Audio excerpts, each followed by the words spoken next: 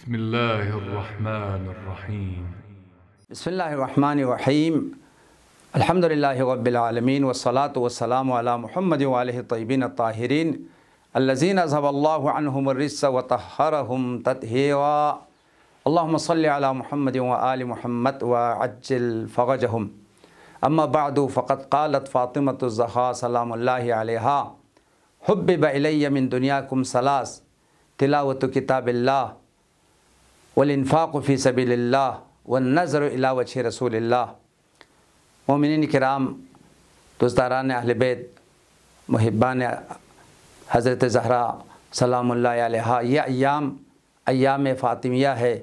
حضرت صدیقہ کبریٰ شفیعہ روز جزا جناب زہرا سلام اللہ علیہا کی شہادت کے ایام ہے، ایام فاطمیہ۔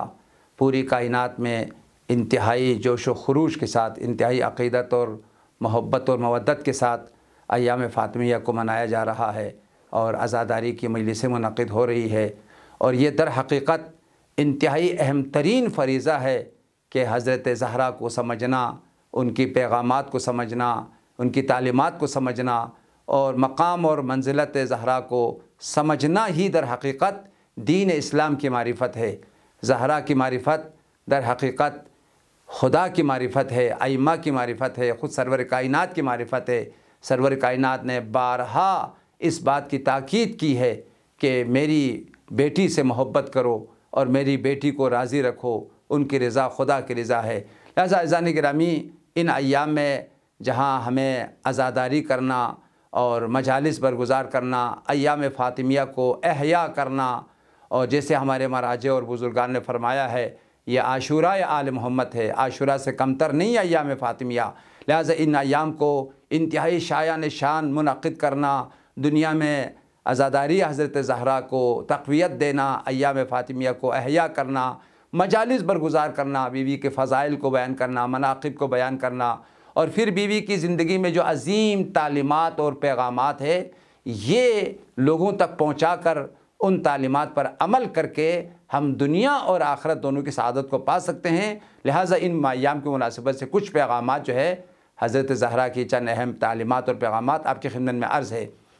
حضرت صدیقہ کونین کا ایک عظیم فرمان، جس کو علامہ مجلسی نے بہار الانوار میں اور حضرت آیت اللہ اصفہانی نے کتاب عوالم العلوم میں باب الفاطمہ میں اس حدیث کو نقل کیا ہے۔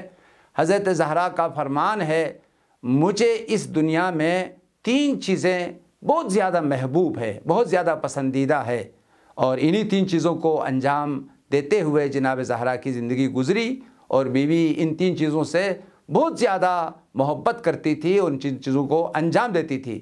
کیا ہے وہ تین چیزیں؟ سب سے پہلے فرمایا: حبب الی من دنیاکم ثلاث، تمہاری دنیا میں مجھے تین چیزیں نہایت محبوب ہے، بہت زیادہ پسند ہے، اور ہمیں بھی ان تین چیزوں سے واقعاً الفت ہونی چاہیے، محبت ہونی چاہیے، اور انہیں انجام دینا چاہیے۔ یہ سیرت سیدہ کونین ہے، انہوں نے ہمیں یہ راستہ دکھایا ہے، اور ان تین چیزوں کی در حقیقت اہمیت اور فضیلت کو بیان کیا ہے۔ پہلی چیز فرمایا: تلاوت کتاب اللہ، قرآن پاک کی تلاوت کرنا، خدا کی کلام کو پڑھنا، خدا کی کلام پر عمل کرنا، قرآن کی معرفت حاصل کرنا، یہ میری محبوب ترین اور پسندیدہ ترین عبادات میں سے ہے۔ انشاءاللہ ابھی بیوی کی تعلیمات کی روشنی میں اور ائمہ کی روایات کی روشنی میں قرآن کی تلاوت کی اہمیت، اور قرآن کو سمجھنے کی اہمیت، اور قرآن پر عمل کرنے کی اہمیت مختصراً آپ کی خدمت میں عرض کروں گا۔ اسی طرح سے دوسری چیز جو بیوی نے فرمایا، خدا کی راہ میں انفاق کرنا، خدا کی راہ میں خرچ کرنا، والانفاق فی سبیل اللہ، جو کچھ دولت، ثروت، سرمایہ یا جو کچھ خدا نے توفیقات عطا کی ہے، ان کو راہ الہی میں خرچ کرنا، دین کی تقویت کے لیے، اسلام کی تقویت کے لیے، غرباء کی خدمت کے لیے، اور نظام الہی کو مضبوط کرنے کے لیے خدا کی راہ میں خرچ کرنا اور خدا کی راہ میں انفاق کرنا، سیدہ کونین نے فرمایا یہ میری پسندیدہ ترین عبادت ہے۔ اور یہ بہت بڑی ایک حقیقت ہے، کنجوسی کے ساتھ، بخل کے ساتھ کوئی کسی کو جنت نہیں مل سکتی ہے۔ جنت سخیوں کا گھر ہے، جیسا خود سرور کائنات کا فرمان ہے: الجنت دار الاسخیاء، جنت سخیوں کا گھر ہے۔ وہ اپنے مال کو، اپنی دولت کو خدا کی راہ میں دیتا ہے، اللہ تعالیٰ بھی اس کے صلے میں خلد بری میں ہمیشہ کی عظیم زندگی اور ہمیشہ کی عزت اور کرامت اور بزرگی عطا کرتا ہے، جیسے کہ سورہ مبارکہ توبہ میں آیا ہے، ان اللہ اشترى من المؤمنین انفسهم واموالهم بان لهم الجنہ۔ اللہ تعالیٰ مومنین کے مال کو خرید لیتا ہے، مومنین کی جان کو خرید لیتا ہے، اور اس کی مقابل میں اسے ہمیشہ کی کامیابی انبیاء کے ساتھ، اولیاء کے ساتھ خلد بری میں جگہ عطا کرتا ہے۔ لہٰذا جنت اگر پانی ہے تو انسان کو اللہ کی راہ میں خرچ کرنا ہوگا۔